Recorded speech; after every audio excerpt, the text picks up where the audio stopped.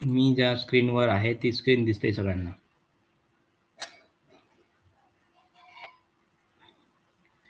काल teaching कन्सेप्टचे objective बघितले होते आपण. टीचिंगचे ऑब्जेक्टिव्ह काय आहेत ते बघितलं होतं. आज नेचर अँड कॅरेक्टरिस्टिक्स, स्वरूप आणि त्याचे वैशिष्ट्य काय आहेत टीचिंगचे. So nature of teaching,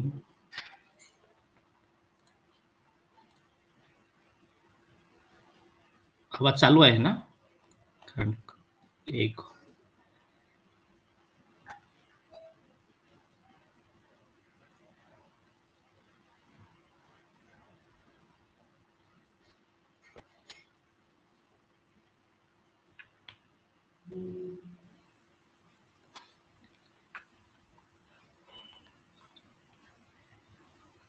hello, हा सर. आवाज चालू आहे ना? क्लिअर येतोय का? हो हो हो, क्लिअर आहे. आणि एक हेडफोन कनेक्ट नाही झाला. ठीक आहे. स्क्रीन पण सर्वांना दिसत आहे. तर याच्यामध्ये specifically teaching, nature of teaching जर बघितलं तर त्यामध्ये specifically dynamics, social and human. तर याच्यामध्ये teaching is not a fundamental concept because it is greatly influenced by social and human factors that are dynamic in themselves. So teaching ही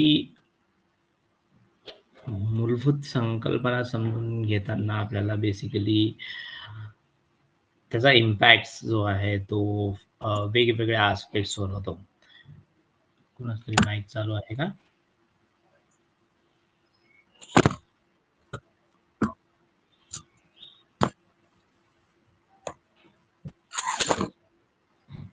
तुझा mic चालू आहे.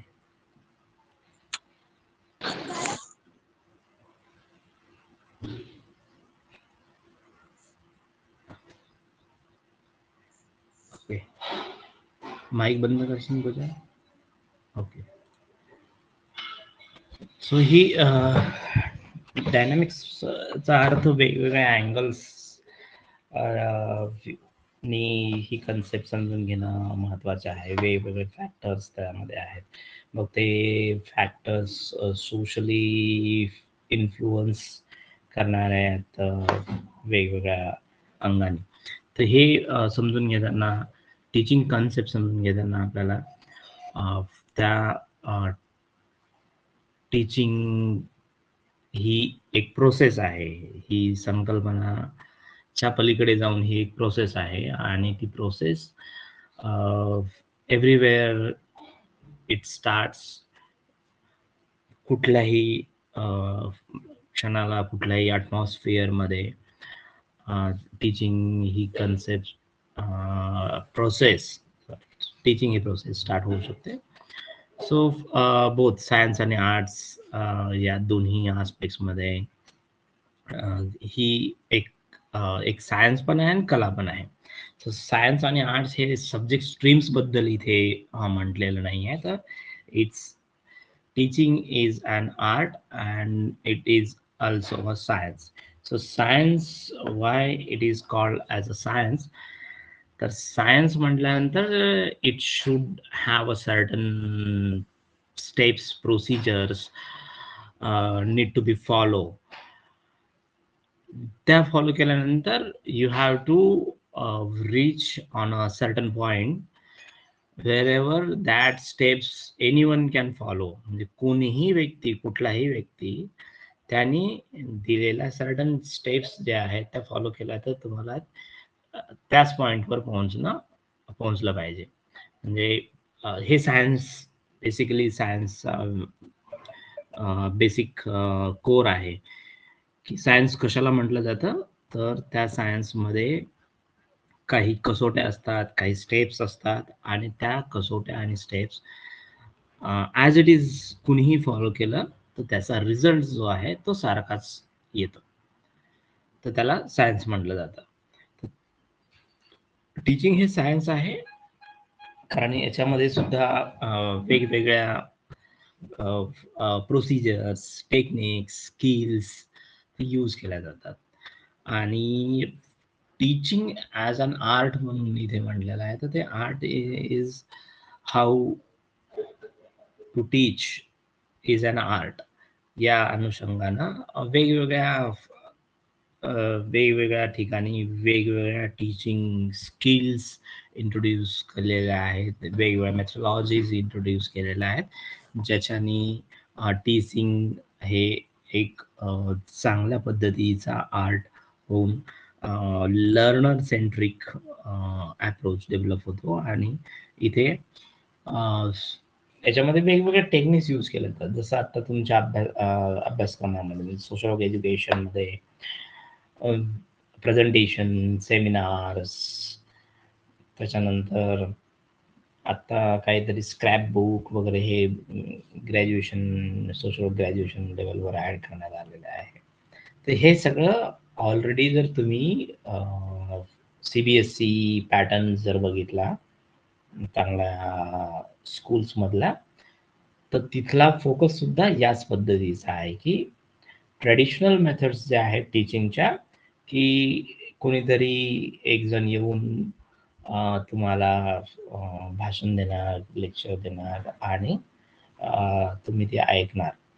So या ट्रेडिशनल मेथड्सच्या बियॉन्ड आता ज्या नवीन methods involve झालेल्या आहेत, त्या मेथड्समध्ये अनेक बदल करण्यात येत आहेत हळूहळू. म्हणजे जसं शाळांमध्ये मुलांना पोलीस स्टेशन, पोस्ट ऑफिस या कन्सेप्ट पुस्तकात आहे आणि त्या पुस्तकातच शिकवल्या जातात. परंतु आता नवीन पॅटर्न्स मध्ये तुम्ही एक्सिड पॅटर्न आहे किंवा CBSE मधला ज्या रेप्युटेड स्कूल्स आहेत तिथलं जर बघितलं, मी हे स्कूलचं एक्झाम्पल यासाठी देत आहे हे समजण्यासाठी की टीचिंग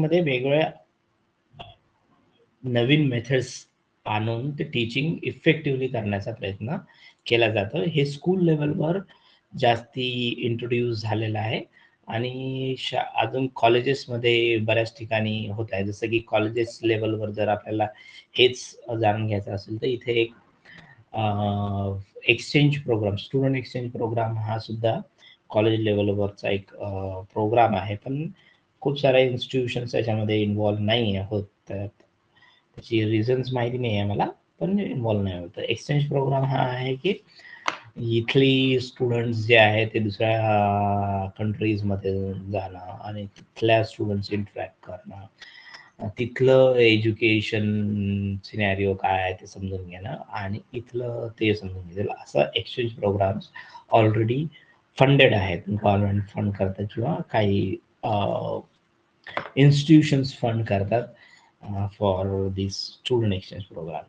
स्कूल लेवलवर जे आम्ही सांगितलं टीचिंग एक्सपोज, आता इथे एक नवीन शब्द तुम्हाला या टीचिंग मध्ये आता या नवीन सिलेबस मध्ये इथे ऍड झालेला आहे, exposure. So exposure is also one kind of teaching platform to learn in a better way rather than a traditional way. So इथे ट्रॅडिशनल वे हा भाग जो आहे, क्लासरूम टीचिंग पेक्षा तुम्ही फील्डमध्ये जा, फील्डमधनं ज्या गोष्टी तुम्हाला ऑब्झर्व करता येईल, बघता येईल, अनुभवता येईल, then you can connect that experience with your theoretical uh, aspect. So हे हा जो न्यू अप्रोच आहे तो हा दिवसेंदिवस तुम्हाला दिसतंय की याच्यामध्ये बदल होताना दिसेल.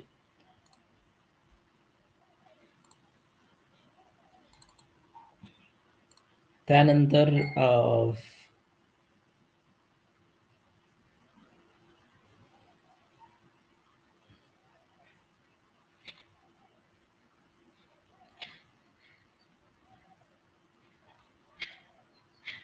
सो याच्यातला एक महत्वाचा भाग म्हणजे राजस्थानमध्ये एक शिक्षांतर नावाची संस्था आहे आणि ती स्पेसिफिकली एज्युकेशनवर काम करते, पण त्याचं एज्युकेशन सिस्टम जी आपल्याकडे एक्झिस्ट आहे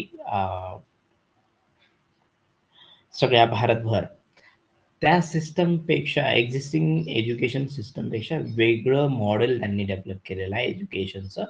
तर त्यामध्ये जास्त फोकस हा क्रिएटिव्हिटीवर आहे. मला वाटतं याच्यातलं एक तुमच्यापैकी कुणीही याचे वर्कशॉप नाही केलेलं आहे वर्ल्ड विजनचे. वर्ल्ड विजन मध्ये ते एक काही ट्रेनिंग्स आपण स्टुडंट्सना सीडीच्या स्टुडंट्सना दिले होते आणि त्यांनी 3 दिवस कंटिन्यू असे वर्कशॉप घेतलं त्या स्टुडंट सोबत आणि त्याच्यामध्ये क्रिएटिव्हिटी हा एक कंपोनंट होता. आता क्रिएटिव्हिटीवर खूप कमी एज्युकेशनल इन्स्टिट्यूशन्स फोकस करतात. भारतात महाराष्ट्रातही काही एज्युकेशनल इन्स्टिट्यूशन्स आहेत ज्या fully focused on creative aspects of learners. लर्नर्सच्या सृजनशीलता ही विकसित व्हावी याच्यावर जास्त भर दिला जातो. आणि त्याच्यामध्ये स्पेसिफिकली मी जे शिक्षांतरचं एक्झाम्पल देते राजस्थान मधल्या, तर तिथे स्कूल्स मध्ये पहिला दुसरा वर्ग अशी नावं नाही आहेत. तिथे वेगळी नावं आहेत, फुलांची नद्यांची नावं आहेत त्या क्लासेसला. आणि लर्निंग एन्व्हायरमेंट जे आहे तिथलं ते पूर्णपणे ओपन लर्निंग सिस्टम आहे आणि वेगवेगळ्या ऍक्टिव्हिटीज बेस्ड लर्निंग आहे. म्हणजे एखादी कन्सेप्ट समजून घ्यायची असेल, जसं टीम बिल्डिंग ही कन्सेप्ट समजून घ्यायची असेल, तिथे 2005 मध्ये आम्ही व्हिजिट केली होती तेव्हाची ती गोष्ट आहे की टीम बिल्डिंगची कन्सेप्ट एक छोट्याशा खेळाच्या माध्यमातून खूप इफेक्टिव्हली ती सगळ्यांपर्यंत पोहोचते आणि त्याची मेमरी जी आहे ती मेमरी लॉंग टर्म मेमरी लर्नर्सच्या याच्यामध्ये स्टोरेजमध्ये ते राहते. म्हणून आत्ताच्या सगळ्या सीबीएसई आणि एक्सिड पॅटर्न जे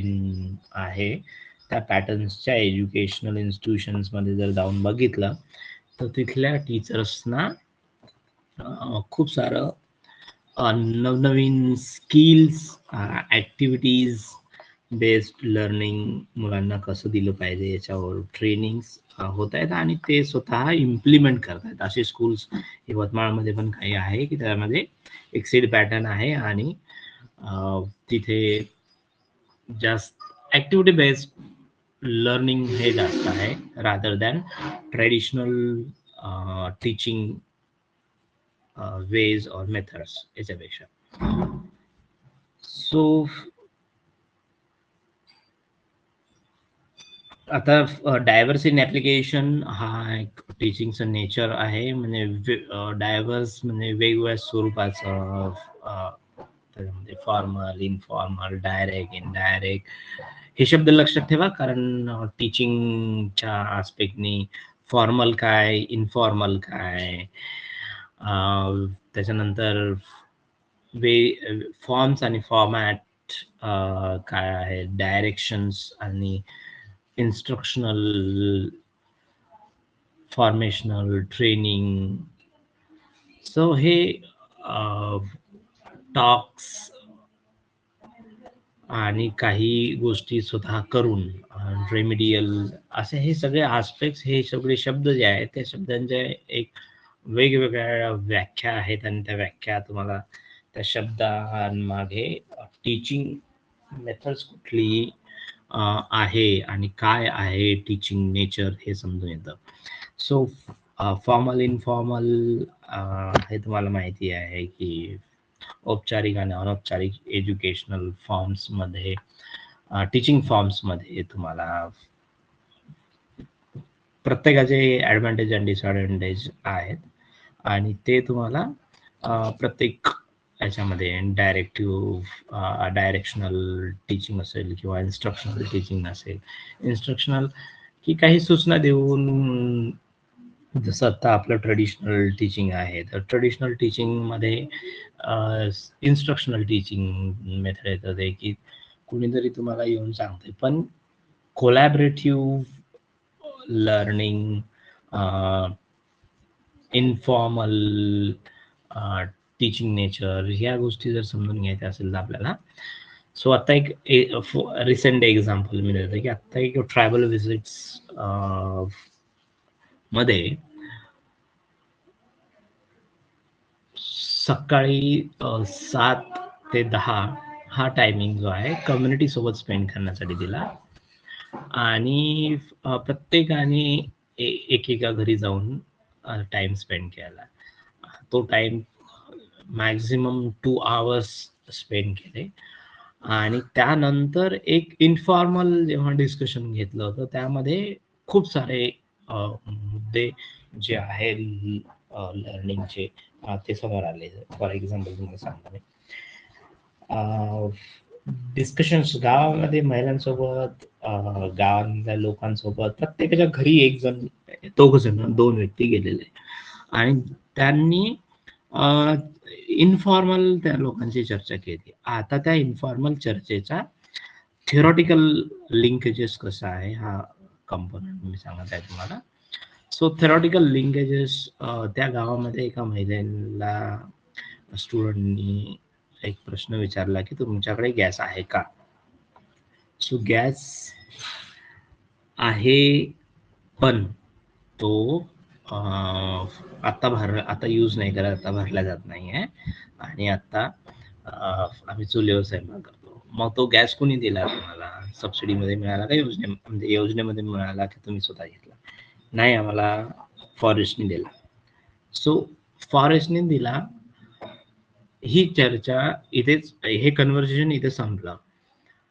त्या दोन स्टुडंट्स आणि त्या गावातल्या महिलेसोबतचं, ट्रॅव्हल कम्युनिटीज मधल्या महिलेसोबतचं. सो इथे संवाद संपला, पण ती जी इन्फॉर्मल चर्चेमधली जी गोष्ट आहे याच्यातनं थेरॉटिकल आस्पेक्ट हा आला की ट्रायबल कम्युनिटीज जी होती ती, तिला फॉरेस्ट डिपार्टमेंटने जर गॅस दिला आहे तर त्याला थोडंसं पुढे जाऊन वेगवेगळ्या सोर्सेस मधनं इन्व्हेस्टिगेट केलं. म्हणजे जी व्यक्ती आमच्या सोबत होती, जिने सगळं लीड केलं होतं, तिच्याशी चर्चा जेव्हा झाली, ती त्याच कम्युनिटी मधली, पण थोडंसं एक्सपोजर दिला जास्ती, तर त्याच व्यक्तीला विचारलं की हे विलेज रेव्हेन्यू आहे का. सो रेव्हेन्यू विलेज आणि ट्रायबल विलेज, रेव्हेन्यू विलेज आणि फॉरेस्ट विलेज असे विलेजेसचे टाईप्स पडतात, आणि हे जनरली मला नाही माहिती टेक्स्ट बुक्समध्ये तुम्हाला त्या गोष्टी स्पेसिफिकली फोकसफुली सांगितल्या जातात की नाही जातात. तर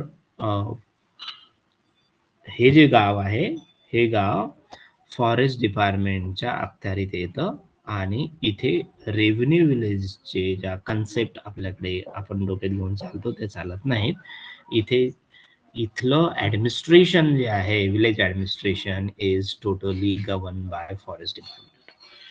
सो ही गोष्ट छोट्याशा इंटरॅक्शनच्या माध्यमातून एक वेगळी मोठी थेअरी आणि एक नॉलेज जे आहे की how administrative village works we generally know, but how forest departments villages who come under forest department, त्यांचं ऍडमिनिस्ट्रेशन कसं चालतं हे तुम्हाला असं मिळतं. तर या फॉर्मल नेचर ऑफ टीचिंग आहे, जे की तुम्हाला वेगवेगळ्या, तुम्हाला फक्त कॅच करता आलं पाहिजे त्या गोष्टी, की Wien ever you are in the field you always have learner approach, and तुम्हाला त्या गोष्टी जर कॅच करता तर डेफिनेटली त्या गोष्टी तुम्हाला आता जे मी गोष्टी सांगितल्या त्या कॅरेक्टरिस्टिक्स मध्ये, टीचिंगच्या कॅरेक्टरिस्टिक्स मध्ये दिसतील. System of action. So teaching is a system of action where form and related to content and pupil behavior under the prevailing physical and social conditions. So system of action असं म्हटलेलं आहे. Teaching हे जे आहे कृती करण्याची एक व्यवस्थाबद्ध रचना आहे. आणि त्याच्याबद्दल आपण बोलत होतो की टीचिंग जेव्हा सायन्स आणि आर्ट म्हणलं जातं तर सायन्स मध्ये स्ट्रक्चर असतं आणि तुम्ही नुसतं कुठलाही व्यक्ती स्ट्रक्चर जर फॉलो केलं तर तुम्हाला रिझल्ट तेच येणार. त्या पद्धतीने म्हणजे पाणी 100 सेल्सिअसला बॉईल होतं. हा जो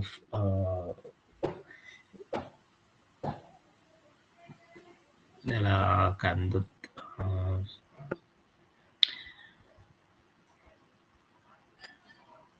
नियम आणि सायन्स मधला एक फॉर्म्युला म्हणू आपण की H2O म्हणजे वॉटर. सो हे H2O सगळीकडेच तुम्ही कुठेही तुम्ही मराठवाड्यात जा, विदर्भात जा, महाराष्ट्रात बाहेर जा, तर same formula is workable in everywhere. तर त्याला सायन्स म्हटलं जाते की सायन्सच्या ज्या कसोट्या आहेत त्या कसोट्यावर एखादं थेरॉटिकल आस्पेक्ट बसणं तर त्याला सायन्स म्हणतात. म्हणजे आपल्याकडे जेवढे शास्त्र आहेत, सोशोलॉजी आहे, सायकोलॉजी आहे, पॉलिटिकल सायन्स आहे, पब्लिक ऍडमिनिस्ट्रेशन आहे, या सगळ्यांना शास्त्राची बैठक आहे. आणि ती शास्त्र म्हणजे certain steps need to be follow and you will derive in a certain points. त्यानंतर प्रोफेशनली ऍक्टिव्ह हे एक वैशिष्ट्य आहे टीचिंगचं. आणि so it is a professional activity involving a teacher and students with a view of development of students personality. Professionalism helps students in being regular and making harmony with their objects towards those they are concentrated. So a professionalचा खऱ्या अर्थानं जो अर्थ आहे, आपल्याकडे social Varkala profession म्हटलं जातं. तर social Varkala profession या अंगाने म्हटलं जातं की पैसा मोबदला घेऊन काम केलं जातं या अंगाने, पण ते सगळं चुकीचं आहे. प्रोफेशनचा अर्थ व्यवसाय, त्याचं मराठी ट्रान्सलेशन होतं, व्यवसायाचं ट्रान्सलेशन पैसा घेऊन काम करणं असं नाही होत. So each and every profession has a certain norms, certain ethics. म्हणजे कुठल्याही व्यवसायाला नियम आणि इथिक्सला मराठीमध्ये नीती तत्वे म्हणतात. नियम वेगळे आणि नीती तत्वे वेगळे. सो नीती तत्वे हे बियॉन्ड द रूल्स रेग्युलेशन असतात. म्हणजे जसं सोशल वर्कचे काही इथिक्स आहेत, रिसर्चचे इथिक्स आहेत. सो रिसर्चच्या इथिक्स मध्ये एक मुद्दा तुम्हाला असं लक्षात येतं की whenever you are collecting data from any respondent, you have to take consent of that respondent or that community. तो कन्सेंट घेणं म्हणजे डेटा कलेक्शन एखाद्या व्यक्तीकडनं किंवा एखाद्या समुदायाकडनं आपण रिसर्चच्या अनुषंगाने मी एक्झाम्पल देऊन सांगत आहे, तर ते कलेक्ट करत आहोत, तर तिथे आपल्याला त्या व्यक्तीचं वर्बल रिटर्न कन्सेंट घेणं म्हणजे सहमती घेणं की मी तुमच्याकडनं ही माहिती घेत आहे आणि ही अभ्यासापुरती मर्यादित आहे, असं कन्सेंट घेणं हा रिसर्चचा इथिक्स आहे. त्याच पद्धतीचे प्रोफेशनल कोर्सेस जे असतात किंवा प्रोफेशनलिझम जो आहे तो purely base on certain ethics, not whether you are charging that service or not. म्हणजे तुम्ही एखादी सेवा देत असाल तर त्याचा मोबदला घेताय म्हणजे ते प्रोफेशन आहे असं नाही. तर त्या प्रोफेशन मध्ये तुम्हाला काही नीती तत्वे आहेत का, काही नियम्स आहेत का, तर हे घालून दिलेले असतात Wien you are in that professions. म्हणजे तुम्ही त्या एखाद्या प्रोफेशन्स मध्ये जर असाल तर. म्हणून हे टीचिंग हे एक प्रोफेशन आहे ज्याच्यामध्ये अगेन टीचर, स्टुडंट्स सगळ्यांसाठी काही इथिक्स दिलेले आहेत.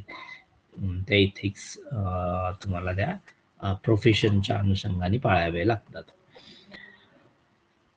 आणि इवन वकिली हे एक प्रोफेशन आहे, डॉक्टर हे एक प्रोफेशन आहे, तर त्यांचे त्या प्रोफेशनचे इथिक्स आहेत, सोशल वर्कच्या प्रोफेशनचे इथिक्स आहेत. नेक्स्ट कॅरेक्टरिस्टिक्स जे आहे, subjected to analyse and assessment. So teaching मध्ये अनालिसिस अँड असेसमेंट हा पार्ट इन्व्हॉल्व आहे. असेसमेंट म्हणजे तुम्हाला जी एक्स्ट्रा करिक्युलम आणि को करिक्युलम ऍक्टिव्हिटी आहे ते असेसमेंट इथे नाही आहे. इथलं असेसमेंट म्हणजे teaching can be analysed and assessed.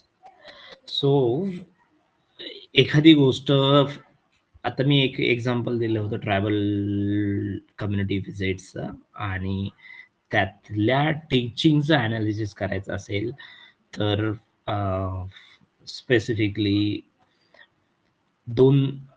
दीड दिवस स्पेंड केल्यानंतर जे 2 ते 3 घंट्याचं डिस्कशन्स होतं की त्याच्यामध्ये लोक वेगवेगळ्या कन्सेप्ट डोक्यात घेऊन आले, म्हणजे फील्डमधनं घेऊन आले, आणि इथे तुम्हाला ते अनालाइज करता येते की what ever you have gathered the information, that information is it in a appropriate manner. आता याचं काय अर्थ आहे की जी माहिती आपण फील्ड मधनं गोळा केलेली आहे ती अप्रोप्रिएट मॅनर्स मध्ये आहे का नाही आहे. मॅनर्सचा अर्थ इथे तुम्हाला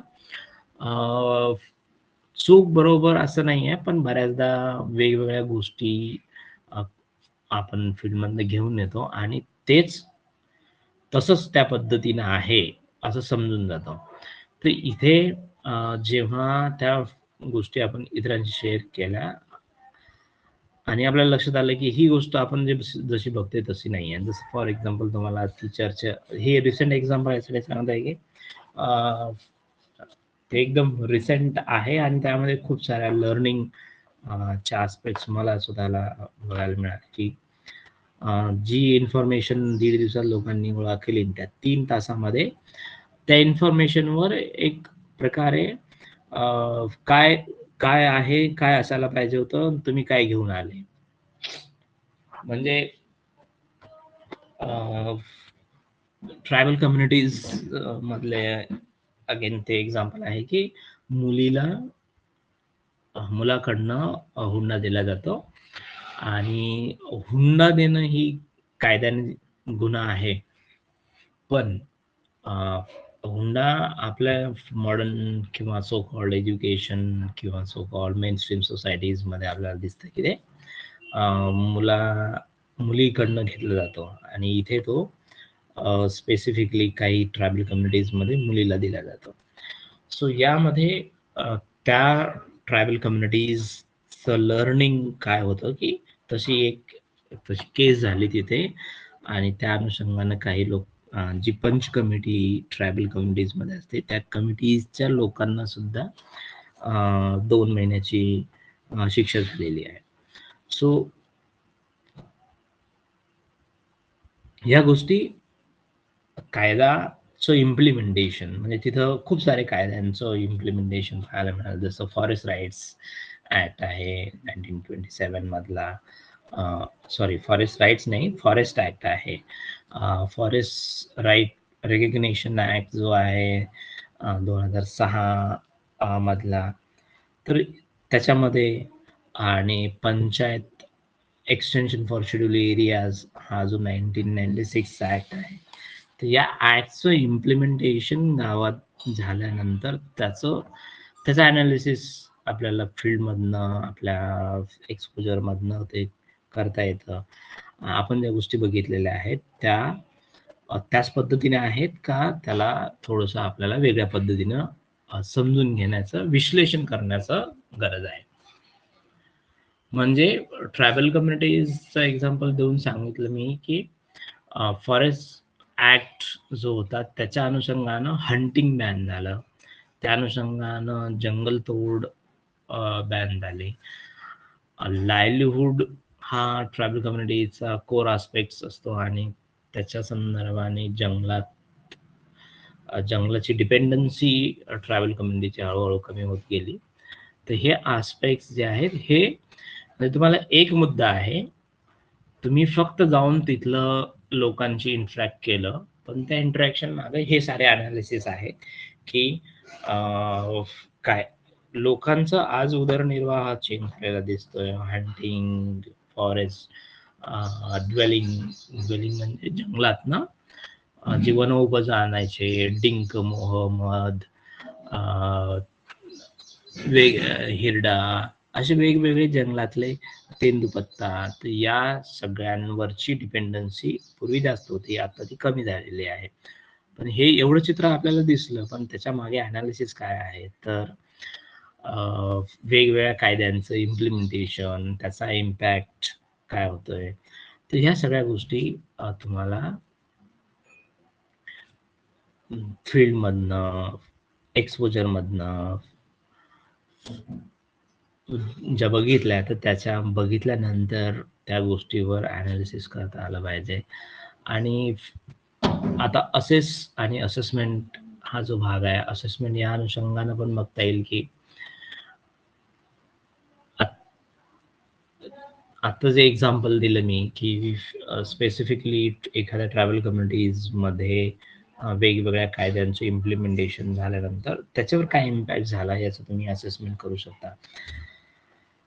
आणि त्याच्यानंतर आपल्याला फीडबॅक जो आहे, म्हणजे आता आपल्याकडे या 7-8 वर्षामध्ये हा कंपोनंट फार कमी होत चाललेला दिसतोय की ज्या गोष्टी आपण ऐकल्याय, बघितल्याय, त्या गोष्टी आपण शेअर करत नाही आणि शेअर केल्यानंतर त्याचं अनालिसिस करत नाही आणि अनालिसिस मधून जो काही आपल्याला फीडबॅक मिळतो की ती गोष्ट या अँगलनं न बघता जर वेगळ्या अँगलनं बघितली तर आपल्याला कदाचित वेगळं चित्र दिसलं असतं. उदाहरणार्थ वारली पेंटिंग काही लोकांना माहिती असेल तुमच्यापैकी, तर वारली पेंटिंग हा वारली कम्युनिटी मधनं आलेली ते एक त्यांचं ट्रेडिशनल आर्ट आहे. सो ते ट्रेडिशनल आर्ट कोरकू कम्युनिटीज मध्ये कसं आलं, कोरकू कम्युनिटीजच्या घरांवर, दारांवर, त्यांच्या कॉमन प्लेसेसवर वारली सारखी पेंटिंग होती, वारली पेंटिंग होती, पण वारली सारखी पेंटिंग होती. तर मग ती या कम्युनिटीज मध्ये कशी आली, तर मग त्यातलं कळालं की त्याच्यामध्ये सुद्धा, या कोरकू मध्ये सुद्धा काही वेगळे आणखीन काही कोरकूच आहेत ज्यांच्याकडे स्पेसिफिकली ते चित्रकलेचं स्किल आहे आणि ते traditionally pass on one generation to another.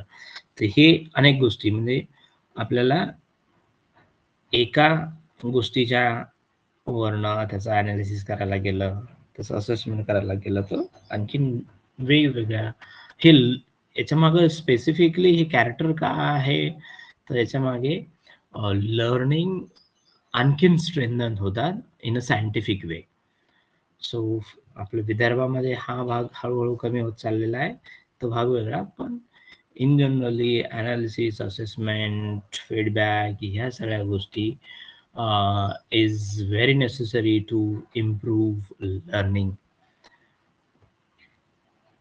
आणि टीचिंग पण. सो टीचिंग इम्प्रूव्ह कसं होतं, लर्निंग तर होतंच, पण टीचिंग इम्प्रूव्ह होतं की लक्षात येतं तुम्हाला की this specifically specific way of teaching is not workable. मग त्यामध्ये काय इम्प्रूव्ह करावं लागेल. जसं आता ICTs मध्ये स्पेसिफिकली झूम पासून सगळ्या वेगवेगळे टूल्स जे आहेत ते टूल्स यूज करून बघितलेत आणि त्याच्यानंतर या टूलवर मी फायनल झाले की टीचमेंट हे टूल डेटा कमी खातं, त्याच्यानंतर कनेक्टिव्हिटीचा इश्यू नाही येत, सगळ्यात महत्त्वाचं हॅकिंगचा इश्यू येत नाही आहे. म्हणजे तुम्ही गुगल मीट घ्या, गुगल मीटवर कुणी हॅक करून पोर्न साईट क्लास मुलांचे शाळेतल्या मुलांचे क्लास चालू असताना porn sites videos porn videos चालू होते. तर हे तुम्हाला स्पेसिफिकली टीचिंग ॲनालिसिस म्हणजे टीचिंगमध्ये सुद्धा काय इम्प्रूव्ह करता येऊ शकतं हे फीडबॅक घेतल्यानंतर सुद्धा तुम्हाला लक्षात येतं. नुसतं लर्निंग हा आस्पेक्ट इम्प्रूव्ह करण्यासाठी फीडबॅक ॲनालिसिस असेसमेंट हे इम्पॉर्टंट नाही आहे, तर teaching methods, teaching ways, teaching skills हे सुद्धा इम्प्रूव्ह करण्यासाठी फीडबॅक जो आहे तो खूप इम्पॉर्टंट आस्पेक्ट असतो. सो या मुद्द्यांना घेऊन मी जास्त डिस्कशन्स इथे यासाठी करत आहे की याच्या अनुषंगानं प्रश्न असतात टीचिंग लर्निंगच्या याच्यामध्ये. So in interactive process teaching is a highly dominated and communication skill. Teaching an interactive process carried with purpose and objectives. So त्याचं स्पेसिफिकली ऑब्जेक्टिव्ह असतो, स्पेसिफिक पर्पज असतो आणि ती स्पेसिफिक पर्पज आणि ऑब्जेक्टिव्ह घेऊन टीचिंग केलं जातं. आणि स्पेशलाइज टॉक हे अगेन कॅरेक्टरिस्टिक ऑफ टीचिंग म्हणजे स्पेशलाइज टास्क म्हणजे it is a specialise task and may be taken as a set of skills for realisation of creation realisation of certain objective.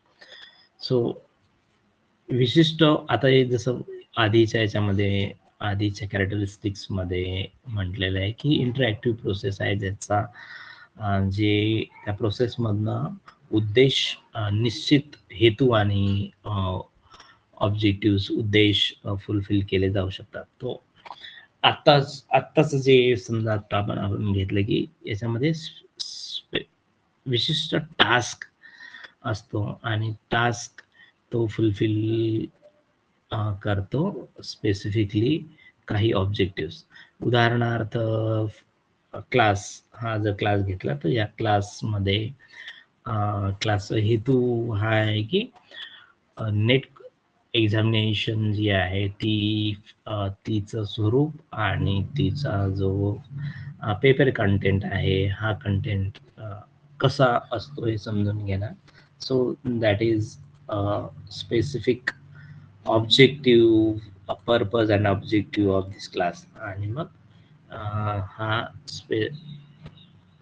Specially हा task जो आहे की exam पुरता हे teaching class आहे आणि तो क्लास झाल्यानंतर हा बंद होतो. तो असे वेगवेगळ्या टीचिंगचे स्पेसिफाईड ऑब्जेक्टिव्ह असतात. स्पेसिफाईड तुम्हाला ते सर्टन स्पेशलाइज टास्क असते की ते टास्क कम्प्लीट झाल्यानंतर ते टीचिंग हे कम्प्लीट होतं. जसं सिलेबस तुम्हाला सिलेबस आहे, सिलेबस कम्प्लीट करणं हा भाग जसा अकॅडमिक मधला असतो तसा वेगवेगळ्या लर्निंग मधला असतो. So collaboration on various models त्याच्यामध्ये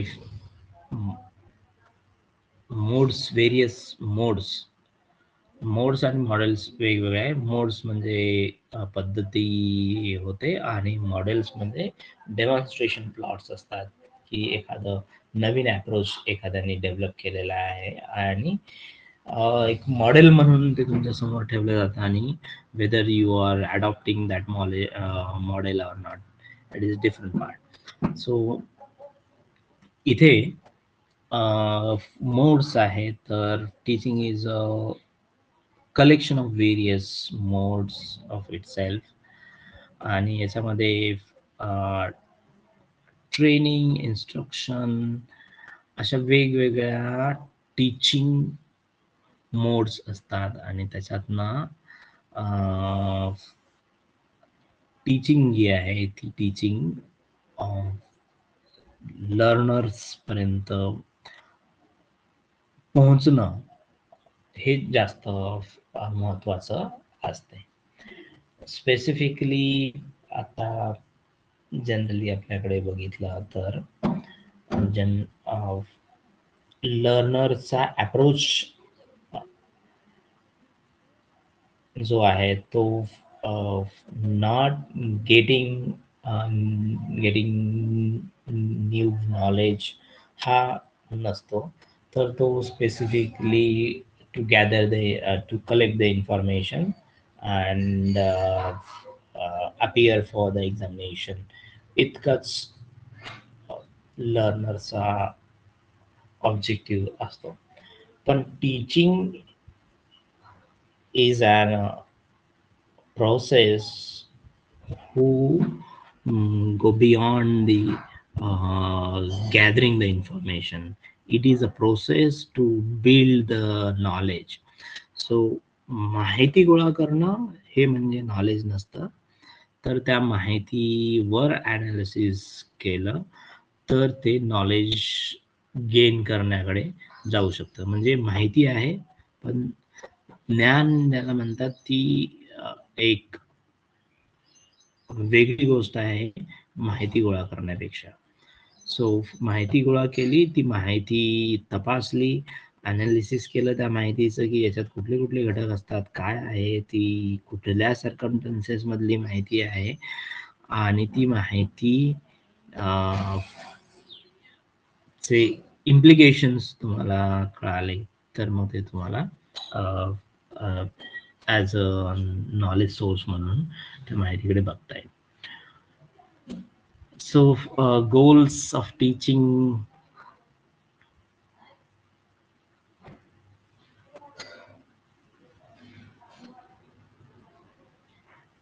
आता हे याच्यामध्ये स्पेसिफिकली मोड्स दिलेले आहे. मी आता जसं म्हटलं ना की टीचिंगचे मोड्स हे लक्षात ठेवा. याच्यामध्ये टीचिंग आहे आणि त्याचं to bring change in behaviour of students. तर द कंडिशनिंग आहे तर to improve the learning skills of students. Training आहे sharping behaviour and conduct. Instruction आहे ॲक्विजिशन ऑफ नॉलेज. आणि इंडोक्ट्रिनेशन जे आहे तो इन्फॉर्मेशन ऑफ बिलीफ्स. सो हे मोड आहेत. या मोडच्या अनुषंगाने टीचिंग कन्सेप्ट तुम्हाला स्पेसिफिकली बघता येतं की वेगवेगळे मोड म्हणजे आहेत टीचिंगची अशी पद्धत, त्या पद्धतीवरनं स्टुडंट्स किंवा learners, not only the students. So इथे स्टुडंट्स हा शब्द वारंवार आहे कारण टीचिंग लर्निंग हा आस्पेक्ट फोकस आहे म्हणून. तर बियॉन्ड दॅट लर्नर आणि जसं तर ट्रेनिंग हा आस्पेक्ट म्हटला, तर ट्रेनिंग ह्या आस्पेक्टमध्ये बिहेवियर आस्पेक्ट जो आहे फॉर लर्नर्स, तर तो अधिकाधिक शार्पन करता येतो ट्रेनिंगच्या वेगवेगळ्या आतमधल्या वेगवेगळ्या त्याच्या मेथड्समध्ये. सो टीचिंग मोड्स मधले हे जे आस्पेक्ट्स आहेत याच्यामध्ये आणखीन काही मेथड्स पण यूज केल्या जातात वेगवेगळ्या, त्या सुद्धा बघणं गरजेचं आहे. आणि त्यालाच धरून पुन्हा लेवल ऑफ थिंकिंग आहे, सॉरी लेवल ऑफ टीचिंग आहे.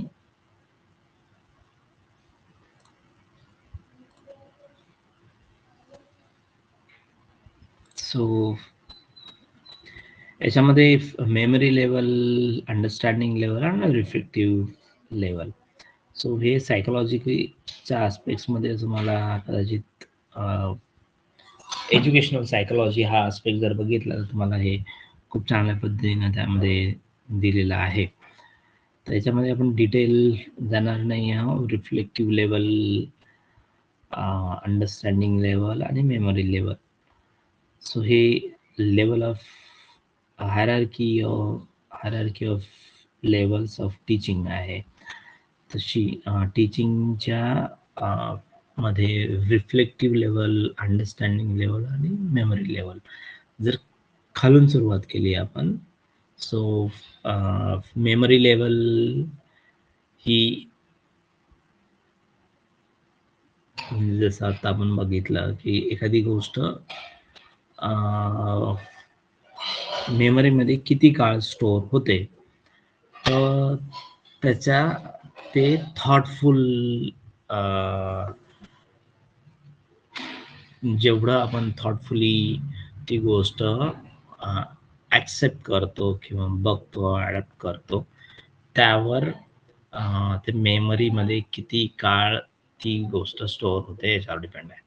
याचं उदाहरण सांगतो मी तुम्हाला. रोज रस्त्याने आपण समजा बसनी अपडाऊन करतो, ट्रॅव्हल करतो आणि रोज आपल्याला एक नाही म्हटलं तरी 500 ते 1000 लोक भेटतात.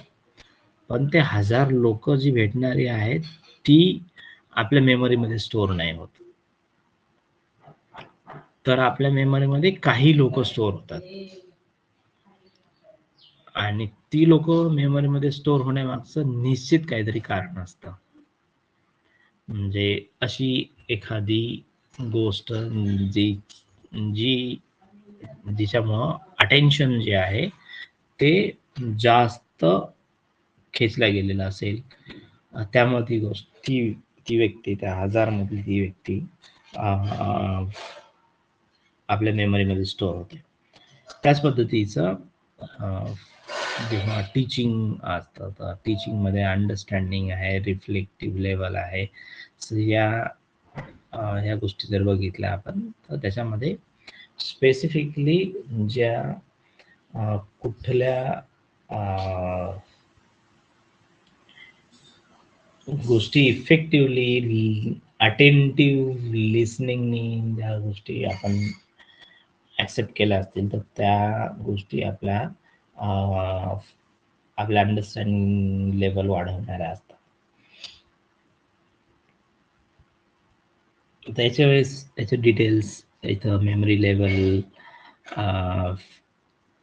दिलेल्या आहेत. तर हे थोडंसं तुम्हाला याच्यासोबत काही वाचून घेणं गरजेचं आहे. प्रत्येक गोष्ट आपण आता डिटेल्समध्ये ज्या गोष्टी महत्त्वाच्या आहेत त्या डिटेल्समध्ये डिस्कशन्स तर डेफिनेटली करणार आहोत. पण काही गोष्टी जसं वाचल्या तुम्ही एकदाच, एवढाच आस्पेक्ट जरी वाचला तर तुम्हाला ते लक्षात येतं.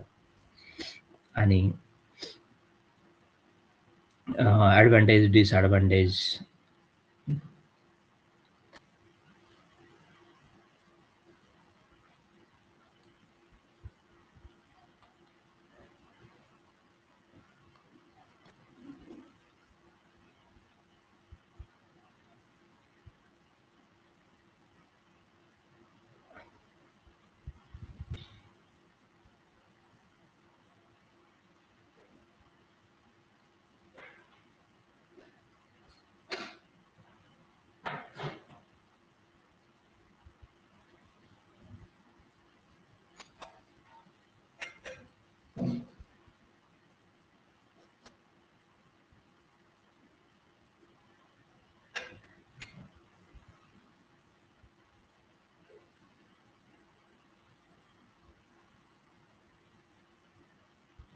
सो आता बेसिक रिक्वायरमेंट ऑफ टीचिंग हा जो आस्पेक्ट आहे हा अगेन अनेक वेळा पेपर्समध्ये रिफ्लेक्ट होतो. बेसिक रिक्वायरमेंट ऑफ टीचिंग, तर याच्यामध्ये suitable environment, teacher student relationship, student discipline, professionalism, ह्या गोष्टी पेपरमध्ये रिफ्लेक्ट झालेल्या आहेत. आणि याच्यामध्ये सुटेबल इन्व्हायरमेंट म्हणजे काय, ते कसं असलं पाहिजे when we are talking about teaching. तर टीचिंग मध्ये सुटेबल इन्व्हायरमेंट म्हणजे डिजिटलाइज पॉश रूम असणं हे गरजेचं नाही आहे. तर त्यापेक्षा टीचिंग एड्स म्हणजे साहित्य साधन, इक्विपमेंट्स, टीचिंग इक्विपमेंट्स असणं आणि ते मोस्टली ॲक्सेसेबल फॉर स्टुडंट्स जर असतील तर ते आणखीन सुटेबल इन्व्हायरमेंट फॉर स्टुडंट्स होऊ शकतं. टीचर स्टुडंट रिलेशनशिप हा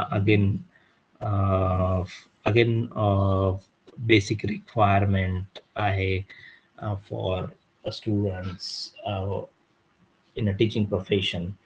The teacher students relationship is, it should not be uh, based on fear. म्हणजे काही लोकांची भीती असतात, तर ते भीती जी आहे टीचर स्टुडंट्स मधली, तर ती भीती सुद्धा लर्निंग आस्पेक्ट जो आहे तो स्ट्रेंथन करत नाही आणि त्यामुळं टीचिंग इफेक्टिव्ह होत नाही. म्हणून इथे teacher student relationship is an basic requirement म्हणून दिलेलं आहे.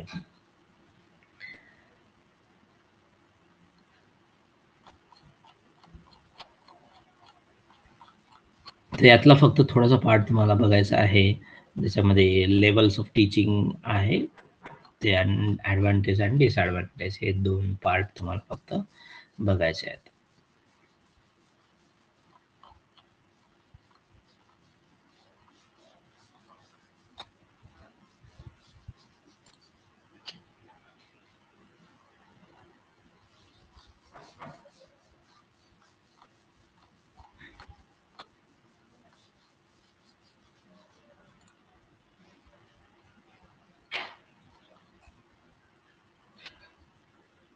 हा पार्ट बघितला ना आपण.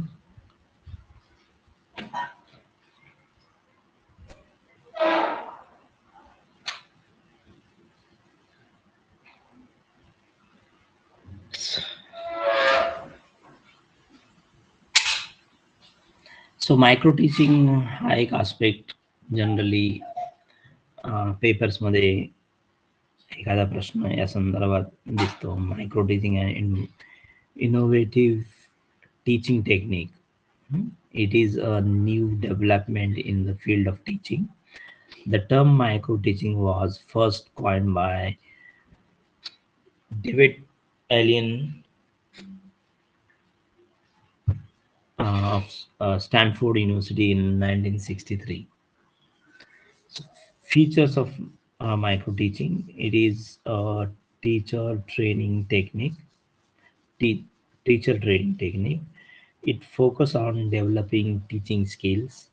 It reduce the class size, 5 to 10 students. The size of the topic is also reduced. Micro teaching is highly individualized training skills. It provides feedback for trainees' performance. It is an effective device to prepare competent teachers, and these techniques learners are provided with immediate knowledge of the correctness of the responses. So micro teaching प्रत्येक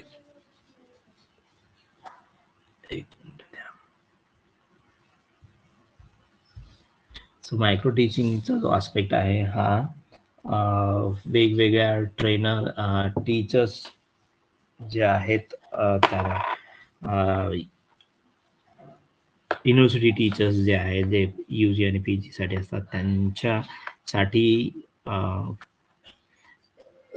वेगवेगळे training courses असतात, त्या training कोर्सेसमध्ये micro teaching हा aspect compulsory आहे for teachers to learn different techniques, different skills. त्यानंतर individual training skills कसे focus ठेवायचे आणि मायक्रो टीचिंगमध्ये स्पेसिफिकली टॉपिक्स जे असतात त्या टॉपिक्सला how we need to break the topics आणि त्याला कसं ब्रेक करून इफेक्टिव्हली स्टुडंट्सपर्यंत पोहोचवणं हा सगळा कंपोनंट मायक्रो टीचिंगमध्ये असतो. आणि हा मायक्रो टीचिंगचा सिलेबस सगळ्या फॅकल्टीजसाठी म्हणजे कुठल्याही बॅकग्राऊंडच्या फॅकल्टीज जे आहेत जेव्हा अपॉइंटमेंट होते त्यांची कॉलेजेस आणि युनिव्हर्सिटीमध्ये तर त्यांना ओरिएंटेशन ट्रेनिंग असतं आणि रिफ्रेशर ट्रेनिंग असतं. तर refresher training it is focus related to subject, पण ओरिएंटेशन ट्रेनिंग जे असतात त्या ओरिएंटेशन ट्रेनिंगमध्ये मायक्रो टीचिंग हा आस्पेक्ट आता मॅन्डेटरी केलेला आहे, कंपल्सरी केलेला आहे. तर ते याच्यासाठी की टीचिंग फील्डमध्ये नव्याने आल्यानंतर मायक्रो टीचिंग काय असतं हे समजून घेणं, मायक्रो टीचिंगचा फोकस काय आहे, स्टुडंट्सला जर एखादा टॉपिक स्टुडंटपर्यंत पोहोचवायचा आहे तर कसा पोहोचवायचा, त्या टॉपिकला डिफरंट स्मॉल सेगमेंट्समध्ये कसं ब्रेक करायचं आणि त्याच्या संदर्भामध्ये तो टॉपिक कसा पोहोचवणार, काय माध्यम यूज करणार, हे सगळ्या गोष्टी त्या मायक्रो टीचिंगच्या प्लॅनमध्ये असतात. त्याच्या स्टेप्स दिलेल्या आहेत खाली. So defining the skills, demonstrating the skills, planning the lesson. आता मी जसं सांगितलं ना की एखादा टॉपिक स्टुडंटपर्यंत पोहोचवायचा आहे, तो टॉपिक घेतला आणि पोहोचवला, 1 घंटा लेक्चर दिला असं नाही, तर तो टॉपिक मध्ये डेफिनेशन आहे का, ती डेफिनेशन सांगायची आहे तर कसं सांगणार, त्याचं नियोजन करणं, त्याच्या संदर्भामध्ये काही एक्सपोजर देऊन सांगता येईल, ऍक्टिव्हिटी देऊन सांगता येईल किंवा काही मेथड यूज करून सांगता येईल, काही व्हिडिओ दाखवून सांगता येईल की आणखीन कुठलं माध्यम आहे, ग्रुप डिस्कशन घेऊन सांगता येईल. तर हे सगळे मेथड्स ऑफ टीचिंग सुद्धा त्या मायक्रो टीचिंगचा प्लॅन असतो. म्हणजे आता उदाहरणार्थ आता तुम्ही काही लोकांनी फील्डवर्क केलेला असेल तर फील्डवर्कमध्ये एखाद्या ग्रुप सोबत एखादं सेशन घ्यायचं आहे, तर सेशन घ्यायचं आहे तर त्याचं आधी प्लॅनिंग करावं लागतं. सेशन ऑब्जेक्टिव्ह पहिल्यांदा you need to define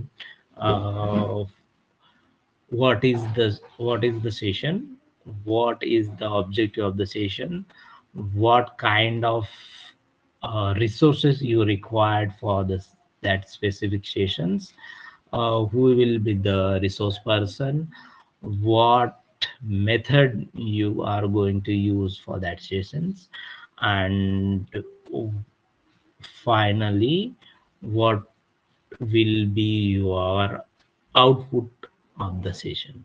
so ह्या सगळ्या गोष्टी मायक्रो टीचिंग म्हणून एखादं लेक्चर प्लॅन करण्याच्या आधी ते डिफाईन करावं लागतं आणि त्या पद्धतीनं ते घ्यावं लागतं.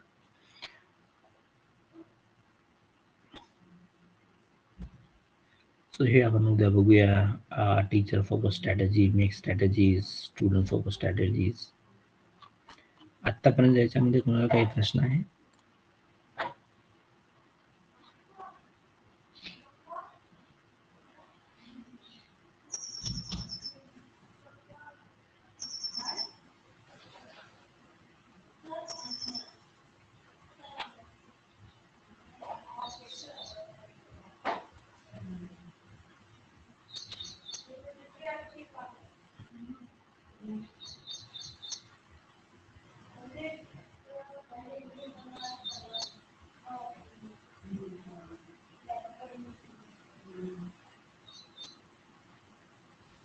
Yes sir.